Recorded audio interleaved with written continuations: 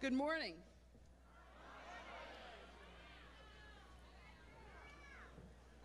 My name is Shayla Airy, and the reason I'm up here is because I'm the Secretary of Higher Education. That's the reason I was invited.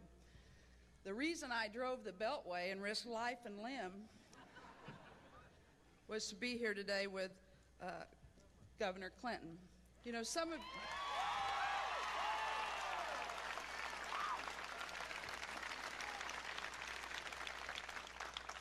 some of you know, I came here from Missouri a few years ago, and before that, my home state of Oklahoma. So I've had one person. They usually don't even know where that is. So I have had the opportunity to observe Governor Clinton over the years, close up in his leadership in his state and with the Education Commission of his state. Back in that part of the country, we have a saying that the proof is in the pudding. And so every time there's election, every politician I know is for education, absolutely for education. But let's look at the proof in the pudding, as we say back in my part of the country.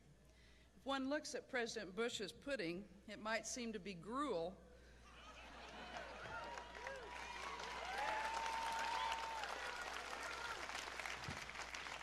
To over 1 million students who will not receive grants and loans and work-study this year because of his proposals. But if you look at Governor Clinton, the pudding is impressive.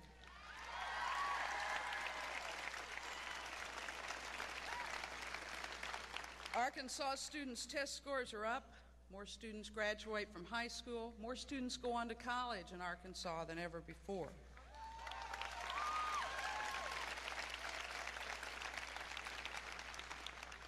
The truth is that Governor Clinton has truly been an education governor, and he will be the first education president we've ever had.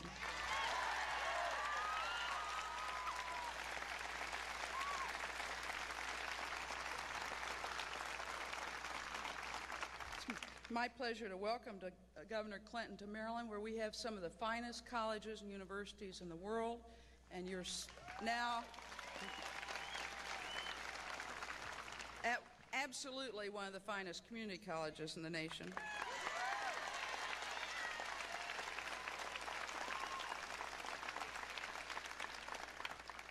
Finally, my job this morning is to introduce a student whom I've had the pleasure of getting to know in the last year in the holding room, which is a euphemism for they captured us back there. It's a young man who represents the U.S. Student Association, and he attends the City College of New York. I'm pleased to introduce Chiuka Cornelius. He will introduce Governor Clinton. Thank you very much.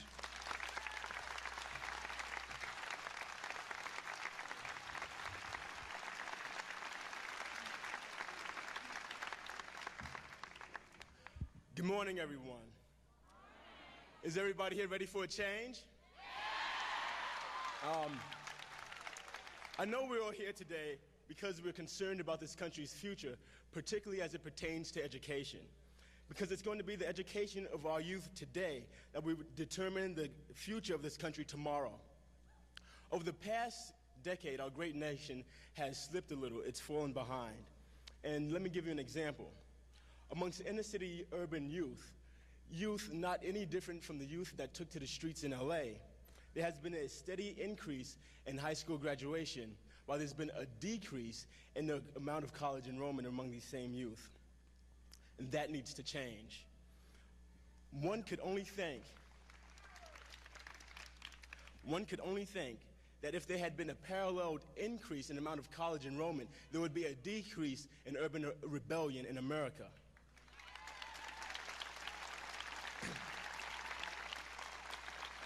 We must ask ourselves, why is there such a great disparity in college enrollment while there's so much great potential in this nation's youth? And one of the answers to that question is leadership.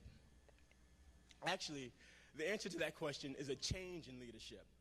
Because while the Bush administration has been in the White House, we've seen the first ever reduction in the education budget. Imagine in the 200 years of the presidency, we have the first reduction in the education budget while Bush is in the White House. We cannot allow this to continue. We must stop it and stop it now. We need a change.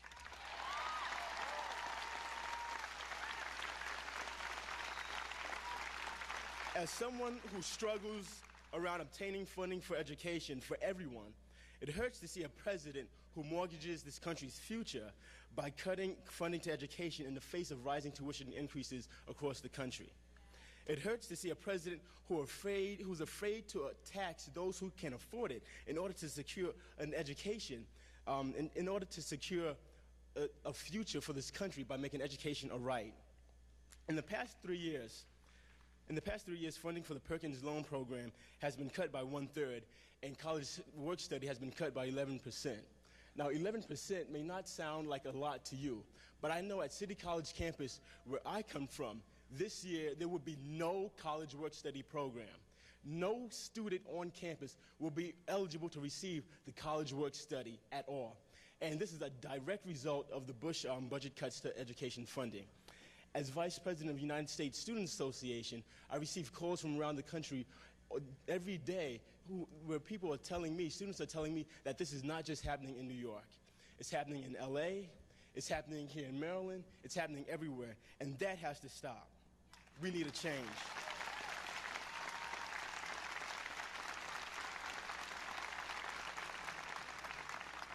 We need more scholarships, not less. We need to restore the loan grant balance and not mortgage our future. We need change, and we need it now. And at this point, I'm not going to take up any more of your time, and I'm going to give you the person who you came here for. The man you want if you want change. It's my pleasure and honor to introduce Arkansas Governor Bill Clinton. Thank you.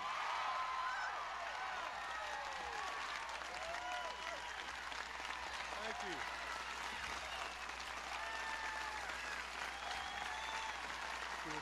Thank you. Thank you very much.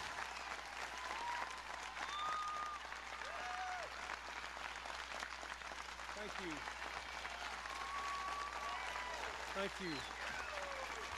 Thank you very much. Thank you. Thank you. Thank you. Thank you.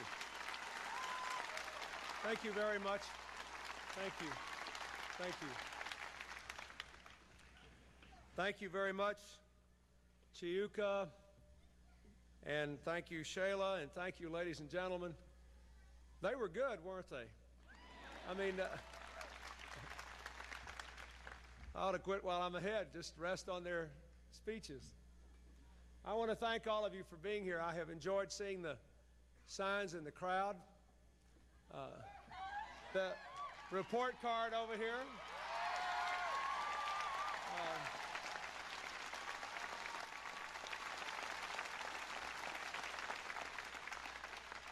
I like the no more status quo, NOEQUOE back there.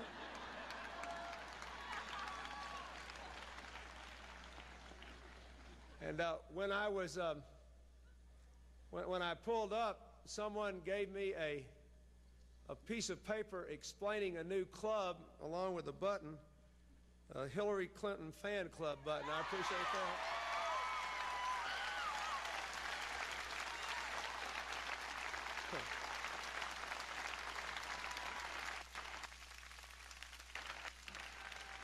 You know, for the first 2 nights of that Republican convention in Houston, I thought they were running against her instead of me. And the president, well, she said she could beat him too.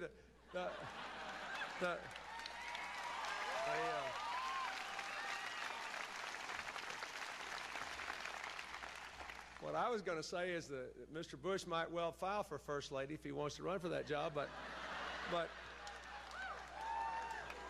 based on my personal experience of about 2 decades, he'd have a much better chance of winning an argument with me than with her.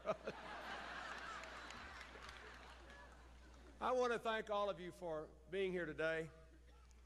I want to thank the president and the chairman of the Board of Trustees and all the faculty and the students of this fine college for having me here, and for all of you turning out, for your concern about our future. Yesterday, I talked about the differences between me and the president in the way we would handle the health care crisis and what his proposals will mean for the elderly of our country. Today I want to talk about the impact of this election on education. I have been to colleges and universities all across this nation, not only in this election season, but, as Shayla said in her introduction, for more than a decade now, searching for answers that work in education, searching for ways to expand educational opportunity. I was at the East Los Angeles Community College not very long ago, which is a big answer to what to do about the riots in Los Angeles. Give those kids a chance to be part of that kind of two-year program that will guarantee them a better future.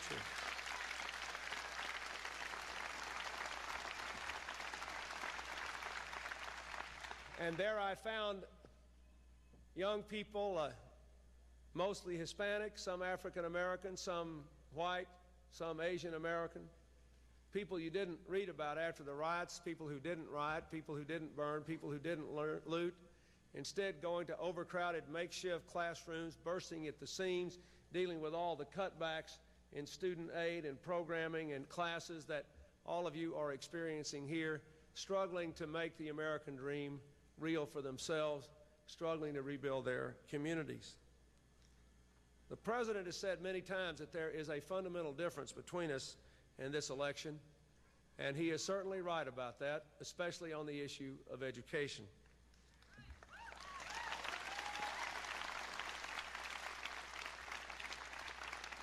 The economic philosophy of this administration is that you make the economy grow by putting more and more wealth into the hands of fewer and fewer people at the top, getting government out of the way and trusting them to make the right decisions to invest and to create jobs. I believe the way to make our economy grow is to invest in our people, our children's education, our workers' skills, our families' health care, our plant and equipment, our best ideas in research and development. They believe that you make an economy grow by putting money first. I believe you make an economy grow in a global economy by putting people first.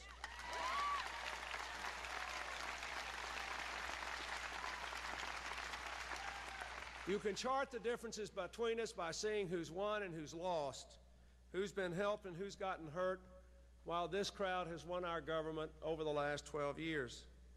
For 12 years, they have rewarded people who cut deals and cut corners, who make money by pushing paper instead of those who make money by investing in new plants, new equipment, new businesses, those who work hard, play by the rules, and pay their taxes. And for the first time since the Roaring '20s, the top 1% of the American people now control more wealth than the bottom 90%. But while the rich have been winners, no American would have begrudged them that, since we all want in this free enterprise system to at least believe our children might grow up to be rich. No one would have begrudged that if the rest of us had been helped. But in 1980, we had the highest wages in the world. Now we're 13th. The census document itself shows that most Americans are working longer work weeks for lower wages, paying higher taxes on lower incomes, paying a bigger percentage of their income for housing and for health care, and yes, for education.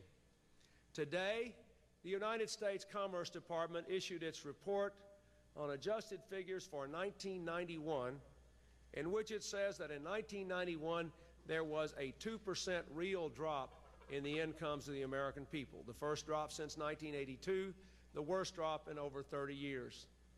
I will say that again. Inflation was 4.4%, incomes went up 2.2%. There was a 2% decline in the workings and the earnings of the American people, even though they worked more hours than the year before or the decade before. And the average family is actually spending more hours on the job than they were 20 years ago. Now, that is the record. I'm proud of the fact that my state, which has been at the bottom of America's per capita income for 150 years, ranked 4th in income growth in 1991 and 1st in job growth over the last year.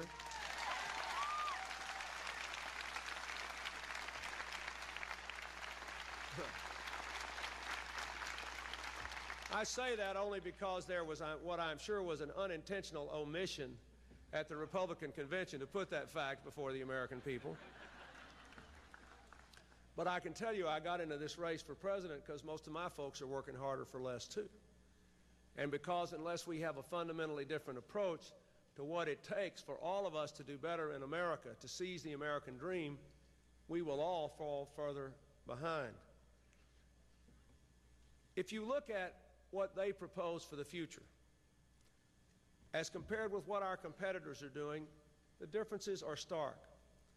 For example, everybody in this audience knows in general, if not specifically, that the high-wage, high-growth countries of the world, Germany and the rest of the European countries, the northern European countries, countries like Denmark, which a group of international businessmen said earlier this year had a stronger economic performance than America now, or countries like Japan, you know what they do, don't you? They invest more in education. They invest more in continuous training. They have closer partnerships between government, business, labor, and education. They continually invest in modern plant and equipment and research and development, and everybody's on the same side trying to figure out how to get the most out of every human being. Now, that is their strategy. That is my strategy for America. That's what we pioneered.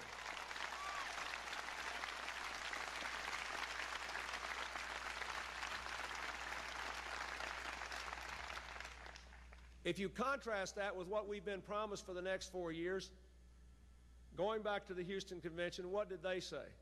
They said, give us 4 more years, and on top of this $400 billion deficit, we'll give you another across-the-board tax cut, heavily weighted to the wealthy, a short-term capital gains tax cut for the rich, which makes no distinction between investment and buying racehorses and vacation homes. And we'll tell you how we'll pay for it later. Give us till January and we'll come up with the budget cuts. Now, that was their line. That was their line. That's what they said. And then when asked after Houston, well, how are you going to pay for, we got a $400 billion deficit, how are you going to pay for more tax cuts? They said, spending cuts to be announced in January. Trust us.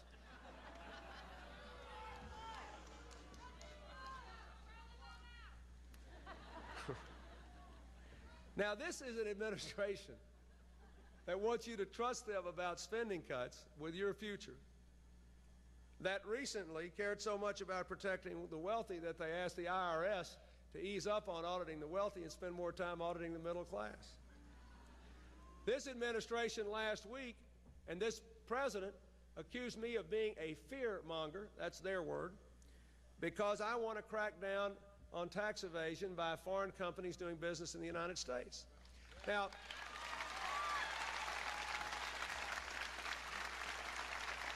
let me tell you, this is not foreign bashing. I have actively sought foreign investment in my state. I welcome it as a way of integrating America into the global economy and providing jobs for Americans. And after all, that's where a lot of the money is today, thanks to the policies of the last 12 years. But here's what I ask for. You put yourself in my position. You got a $400 billion deficit. You have to figure out how to do that and deal with that and increase investment at the same time. And here are the facts. In the last 10 years, foreign corporations doing business in America have had their incomes go up 65% and their tax payments go down by 15%. Now, if your income goes up by 65%, will your tax payments go down by 15%? If you work for an American company, a small business here in Maryland, if your income goes up by 65%, will your tax liability go down for 15%? No. So just because you can't engage in some financial legerdemain and park some of your money somewhere else, I think that everybody who does business here and makes money here and makes a good profit here ought to be taxed on a fair basis. I don't think that's fear-mongering.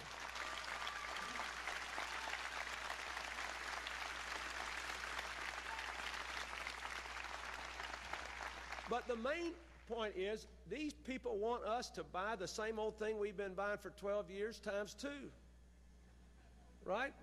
Here we are with a $400 billion deficit, and we cut our investment in the future while we quadruple the deficit, and they want us to do it just one more time.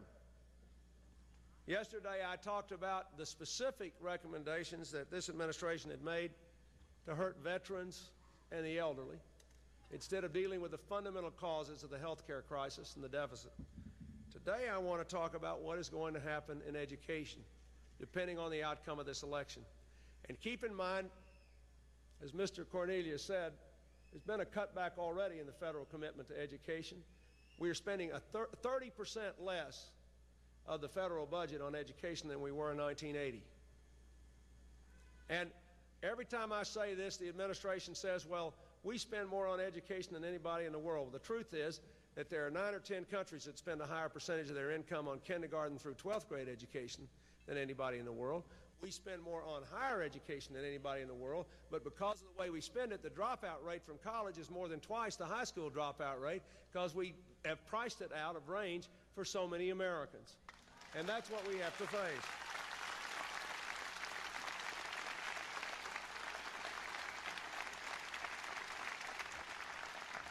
Look at the record of this administration in higher education.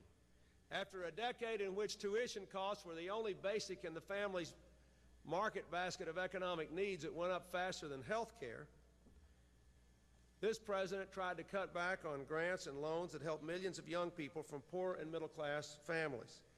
If Congress had let him get away with it, George Bush would have cut off Pell Grants to over 400,000 students this year alone. He tried to change the law so that if you make $10,000 a year, you're too rich for a college grant from the federal government, even though if you make $300,000, you still need a short-term capital gains cut. He proposed to cut over 400,000 people off the Pell Grant program. His '93 budget cut college aid $79 million, and he vetoed a bill which would let people deduct the interest that they pay on their student loans from their tax burden and let them use their IRA savings for college costs. The bill also, by the way, would have given new incentives for manufacturers to adopt new investments in plant and equipment, given a boost to small business, given a boost to research and development in a country that doesn't do enough of it. Why did he veto the bill? Because it paid for all those investments by asking the wealthiest 2% of Americans to pay slightly more and giving middle-class families with kids a little tax break. And so the bill was vetoed.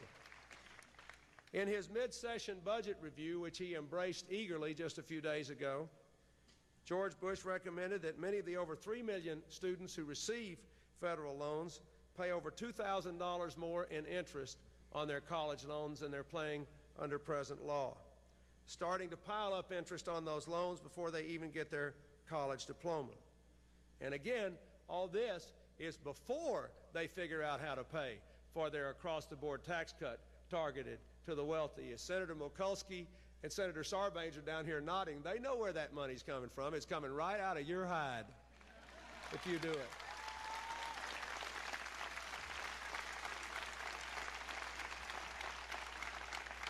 Look what this college has already faced as a result of budget cuts and a weak economy. You know firsthand that as federal money to the states has dried up and as states have had less money because of the weakened economy, because we have no national economic strategy, budgets have been stretched thinner and thinner. And in Maryland, when something had to give, one of the things was this college. You've seen class sizes increase, evening classes cut, staff reduced, and for the first time in history, you will have to limit enrollment. Now, let me tell you how important that is, not just for those of you who would be affected, but for the rest of us Americans. All of you know that we have a shorter school year in public schools than any country except Belgium, any advanced country. All other nations go to school longer. So, not surprisingly, as the census document proves, the only American workers, younger workers, who are really competitive in terms of global economy and who get good wages are those who not only graduate from high school, but get at least 2 years of further training. The census proves that if you get 2 years of further training, you're likely to get a job with an income that goes up, and if you don't, you're likely to get a job with an income that goes down. So all of America's economic future, our total productivity growth, our ability to generate wealth, our ability to support one another, depends on now in this global economy, our capacity to offer 100% of our high school graduates and our older workers coming back the opportunity to come to a place like this, and we're cutting it off. And it's a mistake.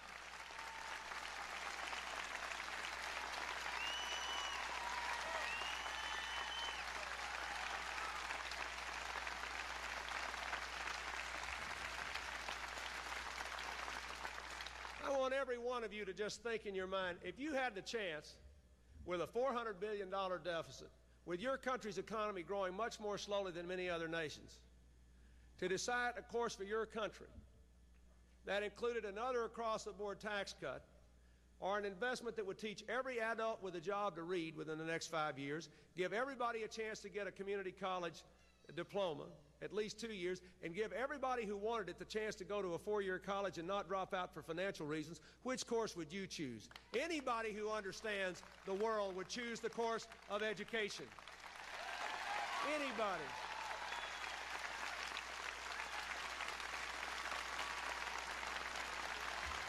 Anybody.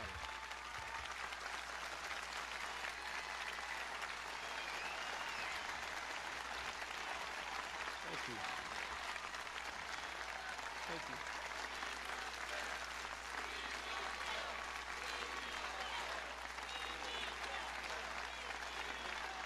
Thank you. Ladies and gentlemen, as Shayla indicated in her introduction, if we were really to talk about everything I think ought to be done in education, we'd be here until tomorrow at this time, and I won't do that to you. Let me talk about two things that could affect this college and every school in America, and most importantly, the people of this country. I have recommended a number of educational advances, starting with full funding for Head Start and going into new technologies and opportunities in our public schools. But I want to talk about what we should do for those who are out of high school.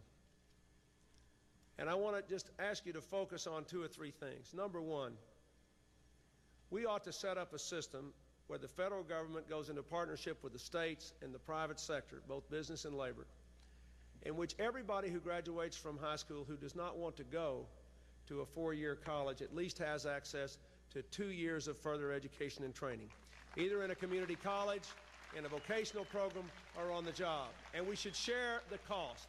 100% of the people need to do that. Everybody who is at work today who is willing to go back to school should have the opportunity to be a part of this. You think of what would happen to America's per capita income if everybody with a job today was taught to read at the high school level and had access to a program at this college here.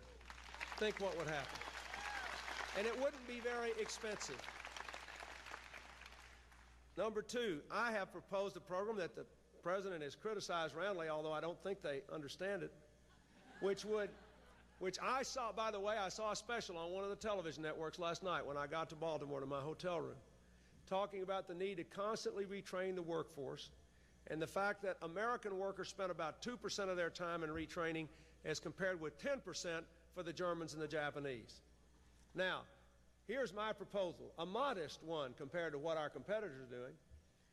The average American company spends 1 to 1.5% of payroll on retraining.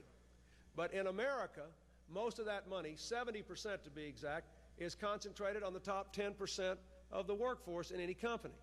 In our competing countries, what they do is to push that money down to the frontline workers because they know that's where the money's made, to productivity improvements at the front line. So my proposal is take the money you're spending anyway and spread it across your workforce, and we will help you by making sure you've got access to good training programs, good community colleges, making the linkages that we need. But if you don't want to do that, you can pay that amount of your payroll into a trust fund so that when your workers are unemployed, we can retrain them. Now, that is...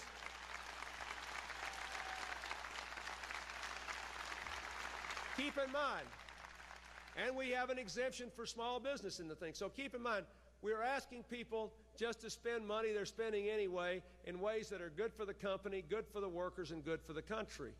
We may not raise a penny out of this. Nothing would make me happier than if we did not collect 1 red cent because everybody retrained their own workers, making their own partnerships, supervising their own changes. That's what ought to be done, but it's a good idea, and it ought to be done in this country. The final thing I recommend is just simply using the federal government to create a trust fund that would remove any barrier, financial barrier, to people going to school and staying in school. I want to see us continue to increase our scholarship programs and our work-study programs, but I want to change the student loan program. It does not work. It costs too much money. It is too burdensome. It helps too few people. It costs you $4 billion a year now as taxpayers, $1 billion in bank transaction fees, and $3 billion in busted loans, mostly from people who borrow the money to go to these makeshift operations that aren't training them to do things they can get a job doing, and everybody's picking up the tab. So here's our idea, the campaign's idea that I've been nurturing this for years now. It's one of the things that I talked about on the day I announced. I want to take the best of two of the greatest things we ever did, the GI Bill after World War II and the Peace Corps under Kennedy, and create a national trust fund. A national trust fund out of which any American without regard to income could borrow the money to finance an education at either a 2-year or a 4-year school. And then pay it back in one of two ways, either after you go to work as a limited percentage of your income. So you would never be discouraged from taking a job as a teacher, for example, just because of the size of your loan, because what you'd pay back would be limited to a percentage of your income. Or, even better, if you borrowed the maximum amount for every 2 years, you could do 1 year of work at a reduced pay, or for 4 years of loan at the maximum amount, 2 years of work at reduced pay here at home, rebuilding America, being teachers or police officers, work in housing programs, work with elderly people, work with children. You think about it.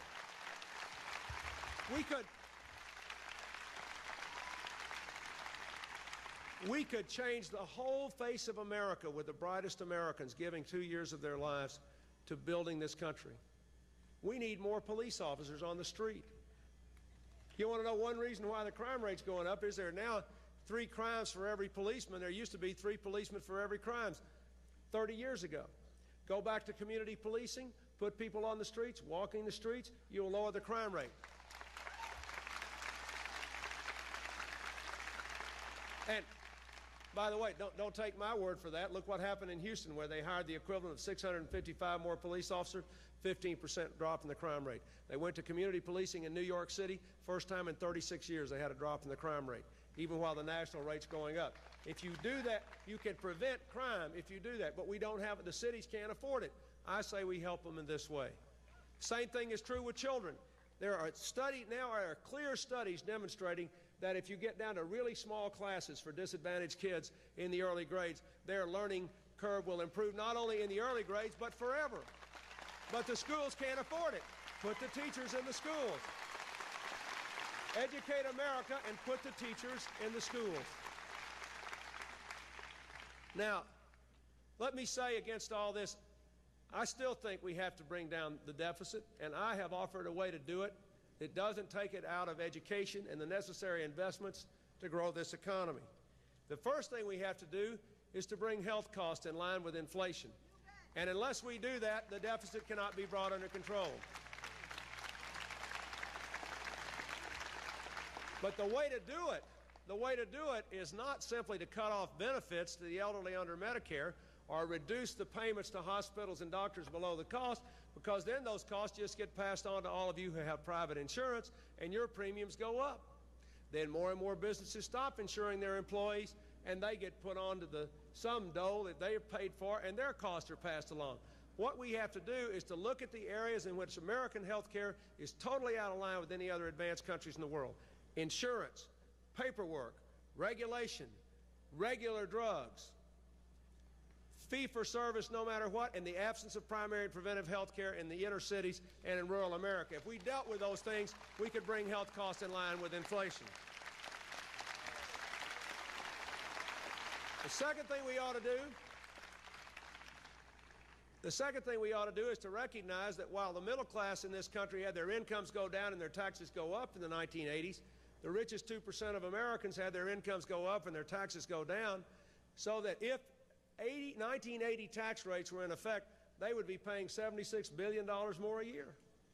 Now, what I have recommended is not that kind of tax increase. I want to leave the tax rates lower than they were in 1980, but I do think the upper 2% should pay their fair share, should make a better contribution to meeting our deficit needs.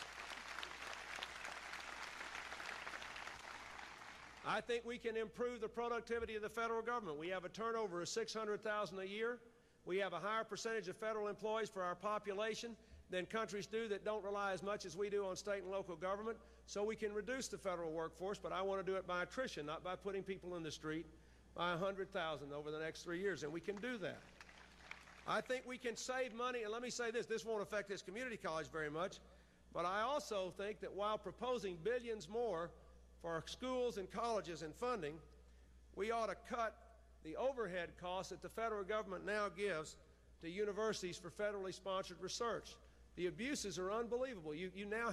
We have examples where federal administrative dollars that ought to be spent in the laboratories for research and development to revitalize this country are being spent on parties, on silver services, on all kinds of administrative things having nothing to do with economic growth. Those things ought to be cut out. You'd spend the money better here. And we shouldn't keep spending the money on that.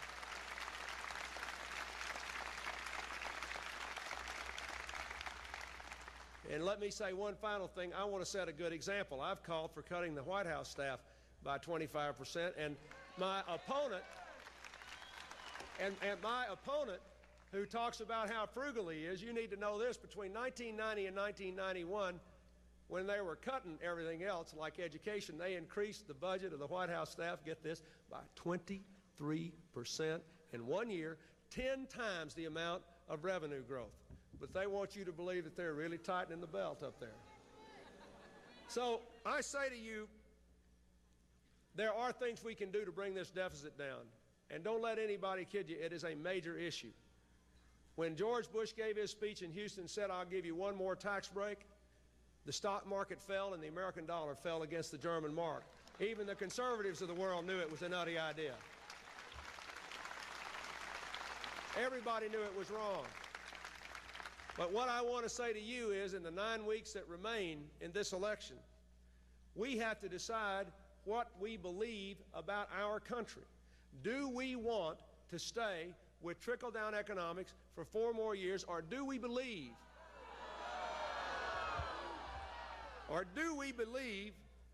that there is nothing wrong with the American dream? It hasn't failed, but these policies have, and we've got to change them. We've got to put the American people first again.